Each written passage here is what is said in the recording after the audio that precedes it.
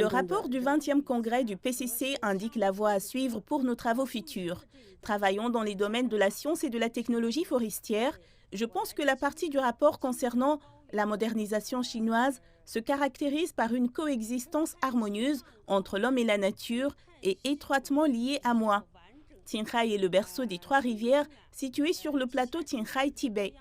Son écosystème est relativement complet, riche en biodiversité et constitue une réserve naturelle de ressources en germoplasme. Au cours de ces dernières années, Qinghai a intensifié ses efforts pour améliorer l'environnement écologique.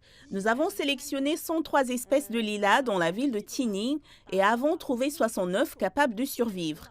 La première banque nationale de germoplasme de lilas a ainsi été établie. En outre, nous avons également construit une banque nationale de germoplasme forestier du peuplier, l'une des principales espèces forestières du Qinghai. Au total, nous avons construit une banque de germoplasme de plus de 500 variétés, ce qui a grandement enrichi les ressources en germoplasme du Qinghai. En même temps, nous avons également sélectionné une partie des variétés adaptées à la haute altitude qui favorisent à l'écologisation urbaine et à l'amélioration de l'environnement résidentiel.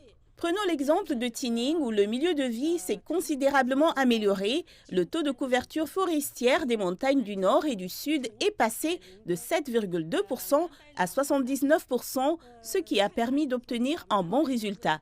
La ville dans la forêt dans la ville.